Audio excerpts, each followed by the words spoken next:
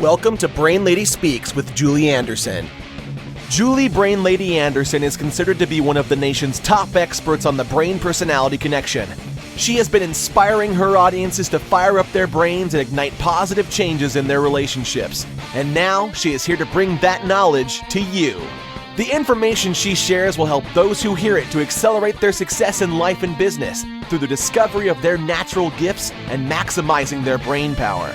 When you learn to tap into the potential of your natural gifts and the power of the brain-mind connection, there is no limit to what you can accomplish. Today and every Wednesday on Brain Lady Speaks, you'll explore the latest findings to see how they have practical application in your life. And now, get ready to join Julie Anderson on the Brain Lady Speaks radio show.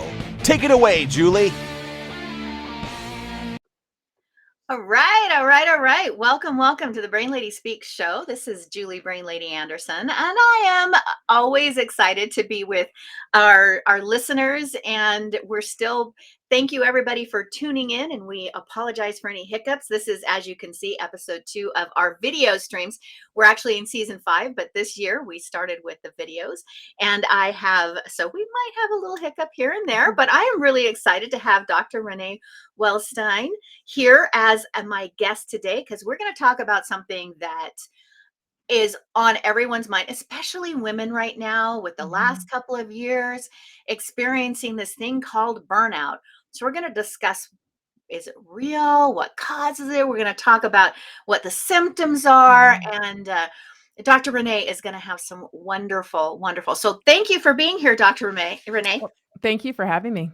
Absolutely. I'm going to read your bio real quick so everybody kind of knows a little bit of your background. Sounds good. Dr. Renee is a double board certified doctor who has been working with women for over 20 years. And due to her own personal health challenges, she stepped outside of the box of conventional medicine, which I love that she did that, to take a radically different approach to heal herself from the deep depths of burnout. Throughout her journey, she has had her fair share of obstacles and has mastered the art of leaping into transitions with each pivot. Now, Dr. Renee empowers women to take control of their health, jumpstart their energy, and improve confidence and reignite their libido. So once again, thank you, Dr. Renee. Thank you. I can't wait to hear your background, and that's kind of where we'll start, if you don't mind. Is I always like asking my the people who come on the show kind of what led you. So we read the technical background of what led you, or who you are and what you do, but what led you 20 years as a board certified doctor, and tell us your story, kind of what led you to be a doctor in the first place, and then what led you to make the jump into the non-conventional type work. Yeah, the jump was not very intentional, to tell you the truth. I started again in high school. I was that smart kid, excelled, and so I was always like, what can I do with my brain? I love science. I'm an empath. I love people. I feel their pain. And putting that all together in high school, for me, it was a no-brainer to become a physician. I thought about other PA or other medical specialties, but I always knew that I needed to be in charge. That was my personality. I was the one who wanted to make the decision. So I decided to go to medical school and went on to become an obstetrician gynecologist, which I honestly thought I was going to be in that conventional role as an OBGYN, delivering the babies, operating until the day I died. And that all changed in 2012 when I fell off my horse and broke my back. And I always say that's where my story began because, up until then, I thought I had been living the dream life. At that time, I had 1-year-old twins. We had moved to the country from a suburb of New York City. And of course, I got my horse that I'd always wanted since I was a little girl, since I was 7. And it's that same horse that determined the fate of the rest of my life. And so, a couple years after that injury, there were a lot of things going on, mentally, physically. First of all, I was sort of at the beginning of my injury given a prognosis that wasn't very realistic. I'm a goal achiever. And when I'm told in 6 weeks, you're going to be back to normal, doing all the things. And at 6 weeks, when I'm not doing that, I felt like a failure. And up until then, I had never, as a doctor, you're conditioned not to fail and always do things right and all the things, all this conditioning that to this day I'm still deconditioning myself. But um yeah, and so that was that first time that I felt like a failure since obviously Mm, having my injury. And there was a series of quote unquote failures over the next couple of years, in that I could no longer operate or deliver babies. So because of the back injury. So my purpose in life felt like it was gone. There was really no reason for me to get up in the morning, or so I thought. mm, Physically, I was yeah, having a lot of symptoms. I was having, I couldn't get out of bed in the morning. I was living on caffeine to get through the day. And, my diet wasn't the healthiest just because I did not feel good. And I right. really couldn't pinpoint where that was coming from. It all culminated, in a night where I told my husband in bed that I couldn't go on living the way I was feeling. Mhm. And that for me was the pivotal point of me seeking help.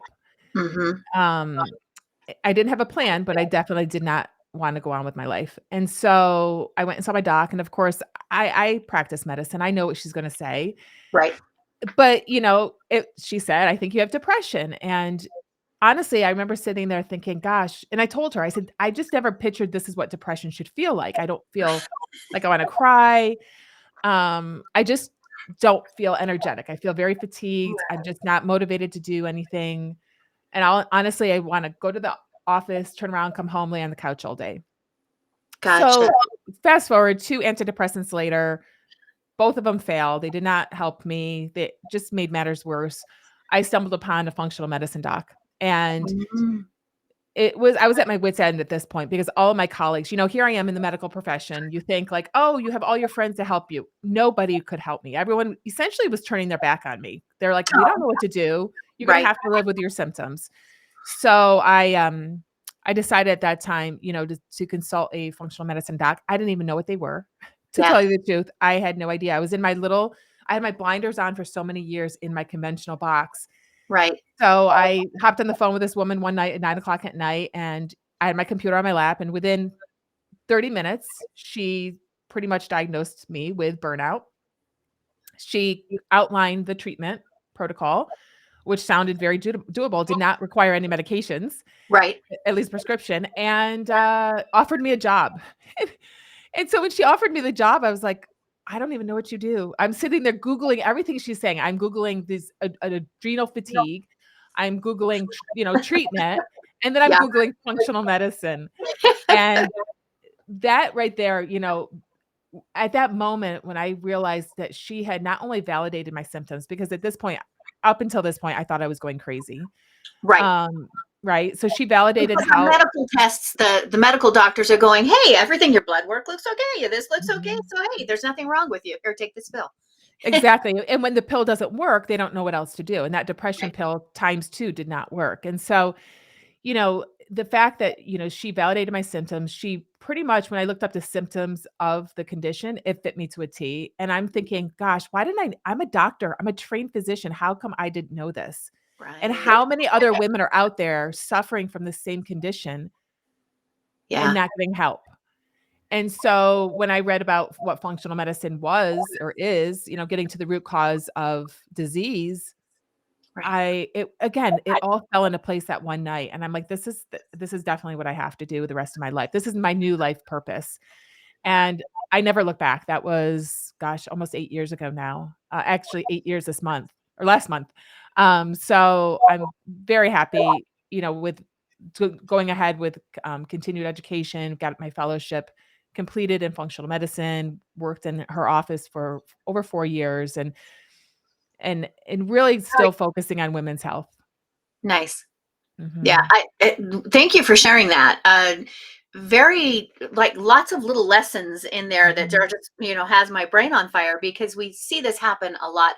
And I'm not saying no, don't ever go see Mhm. a traditional medicine. It has its place. My background started in studying in the field of natural health, so I always Mhm. kind of had that passion. So I love the fact that where you saw that pivot, and I'm sure as a double board certified doctor, you will turn to both when it if you need the other. So Mhm. anyone listening, right, I want you to open your brains a little bit to this thought process. Of course, we're Mhm. not giving medical advice here, Mhm. right? You're going to need to consult anything that you're already dealing with, or any medical physician that you're already working with. So Mhm. keep that in mind, who are listening. But I love that story, how you had to really kind of shift the way that your brain looked at things Mhm. to find the answer to your problem, or to your challenge, I should say. And Mhm. those failures became learning experiences for you, Mhm. right? Yeah, Which I there was a lot of mindset work, I have to say. As a traditionally trained doctor, you don't really talk about mindset. We don't talk about unless you're a neurologist, you don't talk about the brain. It's right. very much protocol-based, algorithm, medication, and that's it. And you stay in your lane as far as what I did, delivering the babies, prescribing hormones. So when it came to my own recovery, and I found that the most foundational piece of my recovery was in my mind, which I Yeah. thought this podcast is perfect, especially for my story, because until I recognized that and started doing work on that, which I continue to do to this day, Yeah. I wouldn't be where I am today if it weren't for me changing, even around that concept of failure, right? Now I Right. view failure as just their lessons learned. I always learn something from something I don't immediately succeed at, which again, that was something I had to completely undo. Yeah. And, but without that shift in my mindset and working on it every single day, I wouldn't be here talking to you today. Yeah. And I like what you just said, is that you work on it every single day. Mhm. Traditional medicine is, here's the problem, here's the pill. Yeah. Right. But understanding that having a healthy mind and body takes, it's continual work, right? Mhm. You have to stay on top of you create those healthy habits, and then you have to keep them. And the only way you're going to keep them is that daily reset, right? That Yep. daily thought process. So the first question that we were going to ask after your story was, is burnout real? So Mhm. I am an example that it is real. The definition of burnout, there is a real definition, is a state of emotional and physical exhaustion that is brought upon by long periods of constant, unrelenting stress. And it makes you feel depleted and dejected. And, if I had known that back in the day, that was me. I was, living as an OBGYN, up every probably second or third night without sleep.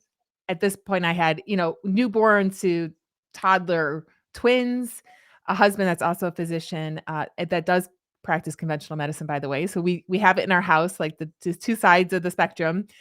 And, it was that constant unrelenting stress over years, medical school residency, sleepless nights, poor diet, the kids. Then it all came to a head with that fall off the horse that put me over the edge. I think I was literally running on an adrenaline high up until then. mhm.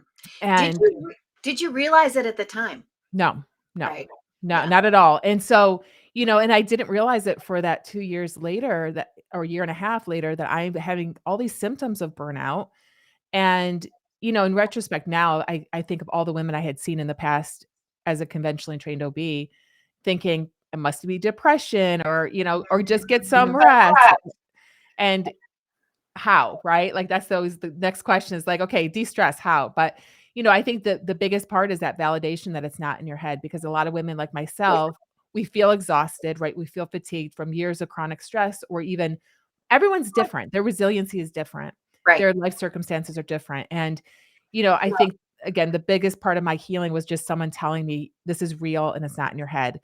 Again, most docs don't believe in burnout Right. because there's not a test you can do. Yes, you can check your cortisol, and if it's quote unquote normal when they check it in your blood at one time a day, Right. you don't have any problems with your adrenals. Yeah. And it's probably one of the most common things that I currently still work with women on, and I have seen in my clinical practice. Yeah. I think that's really important for a lot of the listeners. I work with high performing leaders, corporate leaders, and, Mhm. CEOs, C suite. And a lot of them don't realize that they're in burnout when they're Mhm. in burnout. You Mhm. know, because they're just so used to that. This is what they do every day, like you were. Mhm. You know, you just got Mhm. up, you went to work, you delivered the babies, you did this on a daily basis. And it Mhm. wasn't until you were forced through the injury, through the accident to stop that your body was like, oh, okay. Mhm. It's I just push pause. Let's just collapse. Yep. I mean, I like many of your clients, I'm sure I was going 150 miles an hour, just trying to keep everything, all the balls in the air. And they all fell to the ground when I had my injury. And I was literally at rest for 6 months. Like Mhm. I was on the couch, with a walker and a shower chair and all the things. So it really gave me a time for my body to sort of catch up and and think like, what are you doing? What, like you can't keep doing this. Like this is it. This was literally the straw that broke the camel's back, Yeah. if it weren't for that injury, I'm not sure how much longer I would have gone in that mode before I was one of those former patients of mine laying on the bed in the office saying like, I can't get up in the morning. I don't know, but that was my story. And I think everyone, I've seen everything in retrospect of a mom, single mom to 5 kids working 3 jobs coming in saying, "I'm Mhm. exhausted," right? Yeah. And of course, and again, like you said, this is not medical advice, definitely go see your doctor. But for her, the same thing. We can put an antidepressant on her, but I don't think it was depression, and I'm Right. sure that's what.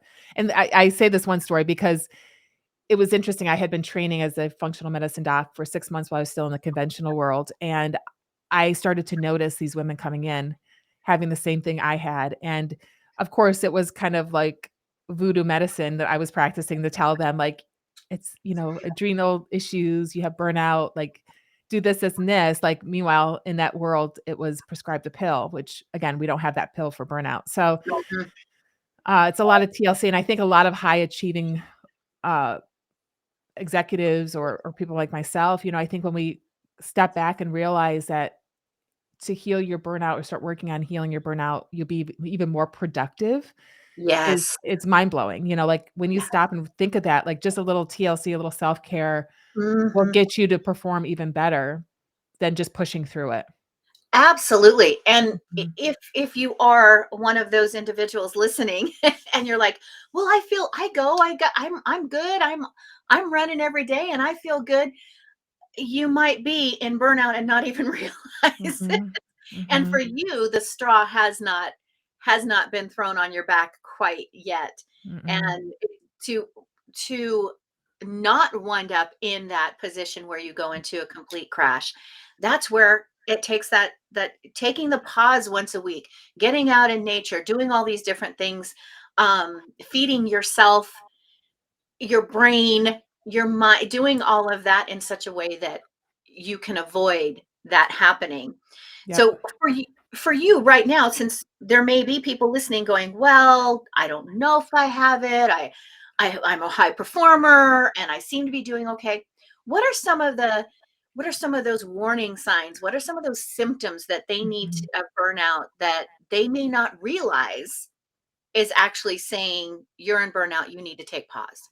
Yeah. A lot of things we make fun of, right? Like I can't get out of bed in the morning without hitting my alarm 5 times, right? That might be that you're really exhausted, or you're not getting good quality sleep. But if you're going to bed at 9 o'clock and you're still hitting that snooze button 10 times, I have to ask yourself, like, why? Like, are you that exhausted? Turning to stimulants and sugar throughout the day for that energy. Again, something we always like, I see it on social media all the time. Oh, I need my afternoon pick me up, or I need, the candy bar to get going or get to the gym. Why? Like, why do you need that energy? And, yes, sometimes we can get a dip in energy, and I Right. get it, right?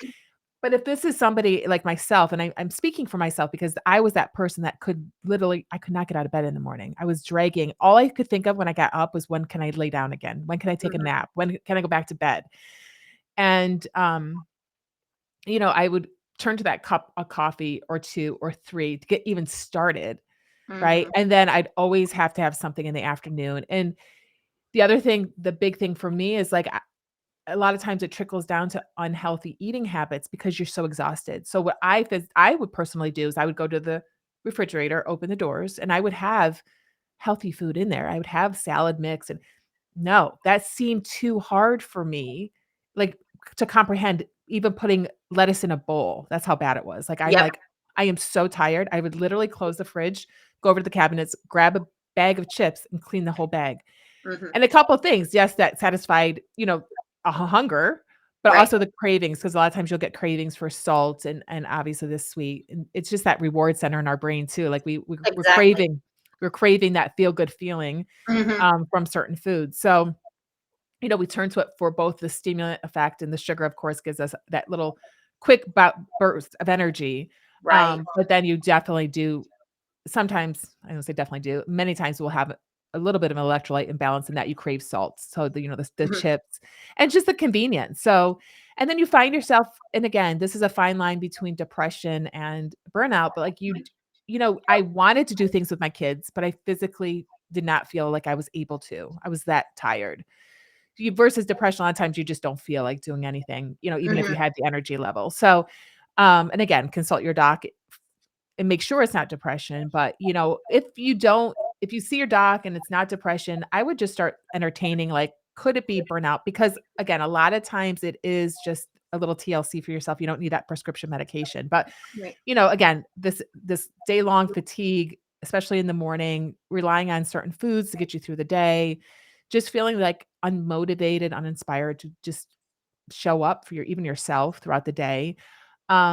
Weight gain is a big one too, especially for Hmm. women, Hmm. and especially in the central area because we have I don't want to get too sciencey, but we have 4 times the number of cortisol receptors, which is the stress hormone we're particularly talking about right now, Right. in our abdominal area. So when it gets stimulated from chronic stress, that's where we gain the weight. So there's that, and there's also those unhealthier eating habits that we start to develop because of all in the name of exhaustion, Right.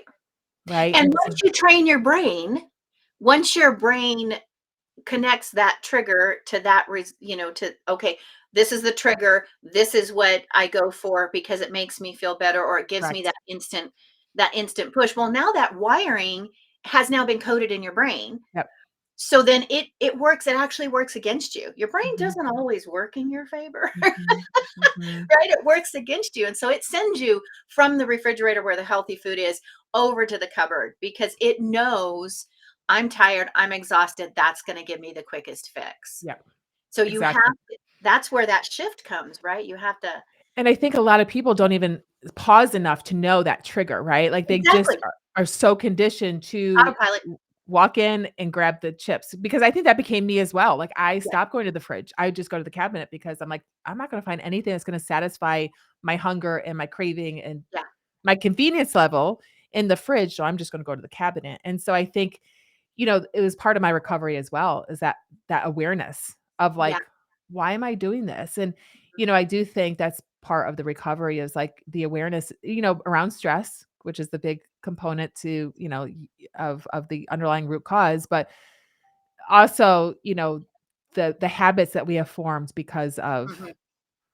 of the exhaustion, and now they're Yeah, just so programmed, and they're just like who we are. We identify, like, I'm a chip eating doctor, that's who I became, not a salad eating doctor, which is different now, but, yeah, yeah, so it's, those are the biggest symptoms. I mean, I can get nitty-gritty, but I think, right. almost 100% of the women I work with exhibit one, if not all of those symptoms of the exhaustion, the limit living on certain foods, the weight gain, Mhm. and just that feeling of being unmotivated. And for a woman, I mean, I work with men for a short period of time, but for women, it hits home when you don't feel unmotivated, you feel like a failure, right? Like, Right. you don't right? And, like, it just is this self-sabotaging cycle that we get ourselves into, that is not gonna heal us from burnout. Mhm. Oh, so I just so much of what you're saying just resonates so strongly, and it's something that I I agree. Women tend to suffer from more, and Mhm. I'm not going to get into a battle of the sexes here because Mm. it's not that. It's just our roles in Yep, society, and even yep. the way our brain is made up. I Mhm. talk about the difference between the male and female brain and the corpus callosum and all this kind of stuff, but women tend to do more multiple variety of things, Mhm. whereas men are just kind of more single thought focused, and so they Mhm. they can make those adjustments with a little less guilt, Mhm. Oftentimes, not that there aren't plenty of men out there in burnout. My husband's one of them, Mhm. right?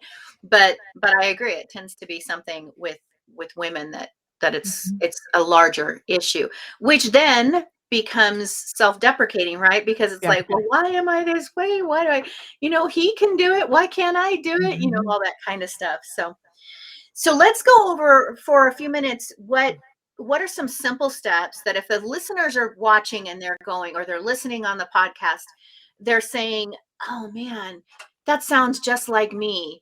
What are some simple steps that someone can start doing right now, today, when they're done listening, that can help them? Yeah. A couple are sort of around mindset.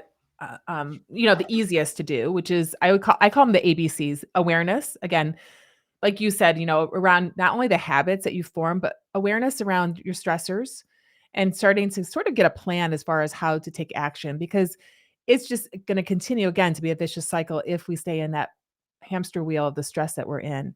We have to start intervening little by little with what it is that's stressing us out. Just to run around flapping our arms saying, we're stressed about what? Is it finances? Is it relationship? Is it, children? Is it your job?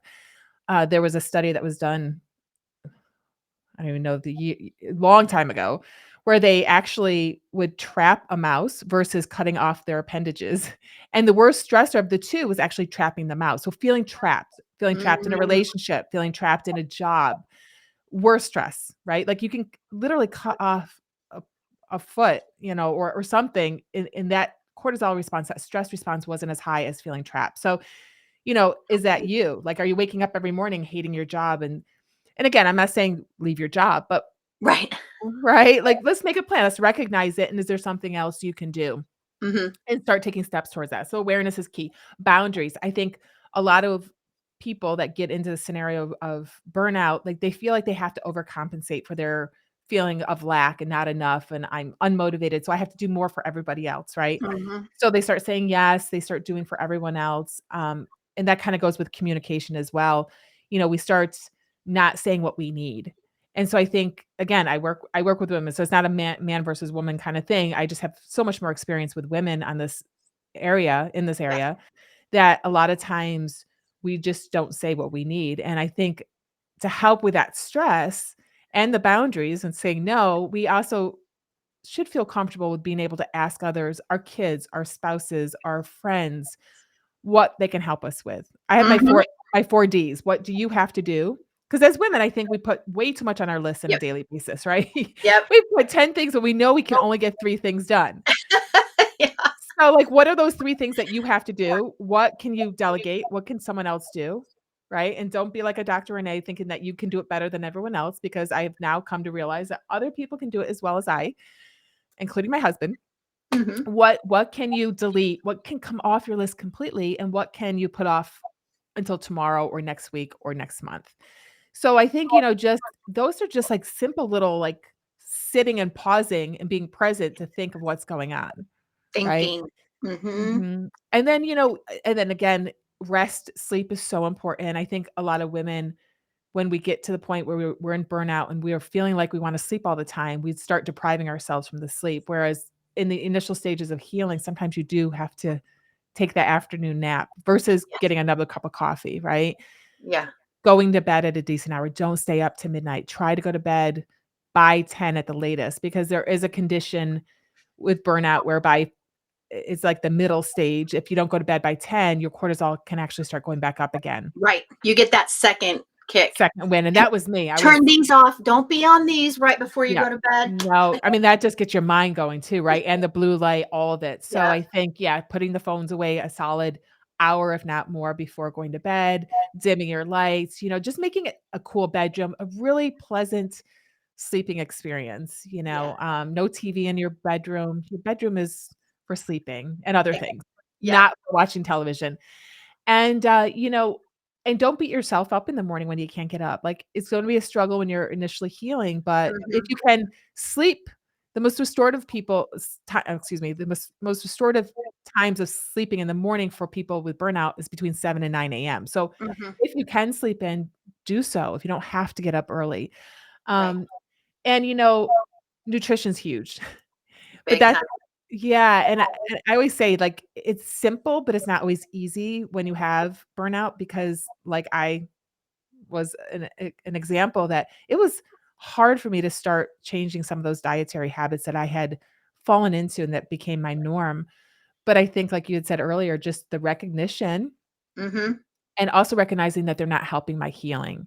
Mhm. And, I didn't change everything all at once in 24 hours, right? That's not sustainable Ab either.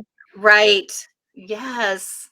I just started like cutting down on the coffee little by little, changing one breakfast maybe a week that was, a healthier choice and then like swapped in the meals as the weeks went on. And uh, I would say it was probably 6 months before I felt like getting physically active. So I think I started my journey around January. By May, I think I started actually getting up in the morning without my alarm. I was like, Nice. "Whoa, what is this?" Yeah, and then I actually felt like exercising. So I started exercising, which helped. And again, with burnout, you don't wanna do, like, hit exercise. You wanna do more restorative, like a walk in nature is Yes.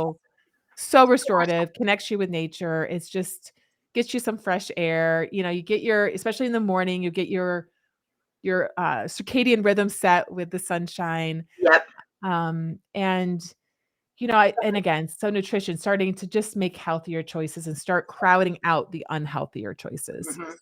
And I love the fact that it doesn't what happens a lot of times is you get and this you get that, okay, I'm going to do this. And high achievers, which are Mhm, normally the ones that suffer from burnout, mhm. right? They're going to be the ones, and not, I shouldn't say normally, a large group of high achievers, because Mhm. every woman out there, every man out there can suffer from burnout depending on Yep. what their life is like, right? But those for those individuals who are high achievers, like you, right, Mhm. doctor, all that kind Yep. of stuff, Yep. they're like, okay, I'm going to do this, and they instantly think, I'm going to change all of these habits Mhm. right here. I'm going to Mhm. start tomorrow morning and it's all going to change. And Mhm. the brain goes, I can't do all this at once. I can't do this. And so your Mhm. brain actually sabotages Mhm. your progress, right? So you have to be kind to your brain, and you have to get your brain to work with you. So when you get Mhm. your brain to work with you, then success is incredible. But there's all those neurochemical things that we could go into for a whole nother Yeah. program, right? That happen when you are attacking these different Mhm. changes. And it is that stop and pause and think, and what are these little things that I can do, that I can start to implement week after week, that Mhm. eventually get you right. You can't jump up a 12-story building in one jump. Mm-mm. You have to Mm-mm. take each step at the store. So Yeah, and I always say you didn't get here overnight. Like in my condition, it happened over years. Although for me, it felt like it would happened overnight. But so I always say to my clients and former patients, you didn't get here overnight. You're not going to get better overnight. So like why it's a marathon, it's not a sprint. So what's the rush, right? And mhm. like you said, like those changes, like we're already dealing with overwhelmed people. Like if we put all these changes on, they may do them for a day, a week, but not longer than that. Right. It's just not going to be sustainable. Right, because your brain's gonna go, "I can't do this. I Exactly. cannot do this all at once," and Exactly. it's gonna sabotage you. Yep. Oh, well, we could continue, talking about this for, I just love this conversation, and I think yeah, we could just keep going, but we need to keep it for the listeners at a reasonable length. So let's Yep. talk about how individuals can connect with you more. So we were talking before we started the recording, you have a Facebook group? I do. I have a free Facebook community. It's private, but it's free. It's The Real Heal with Dr. Renee. It's also I have a podcast, The Real Heal, where we talk about lots of different holistic health concepts. So take a listen, come join the group. I go live weekly answering questions. Obviously, talk about the podcast episodes with different guests and myself talking about different topics. So that is a great way to tap in because there are a lot of community members. We're close to 950 members. A lot have burnout. Many have burnout Yeah. because, 2 years ago, I was actually going across the country on TV talking about burnout during the pandemic. So a lot of people found me during that time and joined. So you will not be alone in that community when we're talking about burnout. Very nice. Very nice. I love that. That's a great resource. And again, want to remind anyone who's listening, if you are suffering from depression, Mhm. please don't think it's nothing. right? Mm-mm. Please don't wake up and say, it's just, I just got to get over this. There is definitely seek out the assistance, seek Yep. out the help, because you don't want to get to that point that Dr. Renee did, where she wakes up or she goes to bed. I can't remember if it was morning or night, and you just say, I don't want to go anymore, right? Mhm. I don't want to keep living. You don't want to get to that point. So if get some assistance, Mhm. um, from wherever you choose to connect with Dr. Renee, and she will be a wealth, obviously, of information for that. Stay connected with her. She also, I think Kelli put up for us, our producer put up, the Facebook. So you're on Facebook, you can connect. Instagram, you can connect with her. YouTube, you Yep. have a YouTube, and then the podcast, and all of those links are going to be in the show description on YouTube and on our podcast outlets. So be sure to do that and stay connected. Dr. Renee, thank you so much for being our guest here today. This was wonderful to have you. I thoroughly enjoyed the conversation, and we'll have you on again in the future, because obviously we could keep talking. Yeah. Yeah. That's usually the case. Yeah. To get talking about brain and burnout, we could talk for hours. So thank you for having me. I appreciate it. Absolutely. And for those who are listening, I am honored that you took the time to stay with us and to listen, and hopefully you found something beneficial. You can stay connected with me, Brain Lady Julie, on all of the outlets as well. All of those links will be there. I'm Brain Lady on Twitter. I am Julie Brain Lady on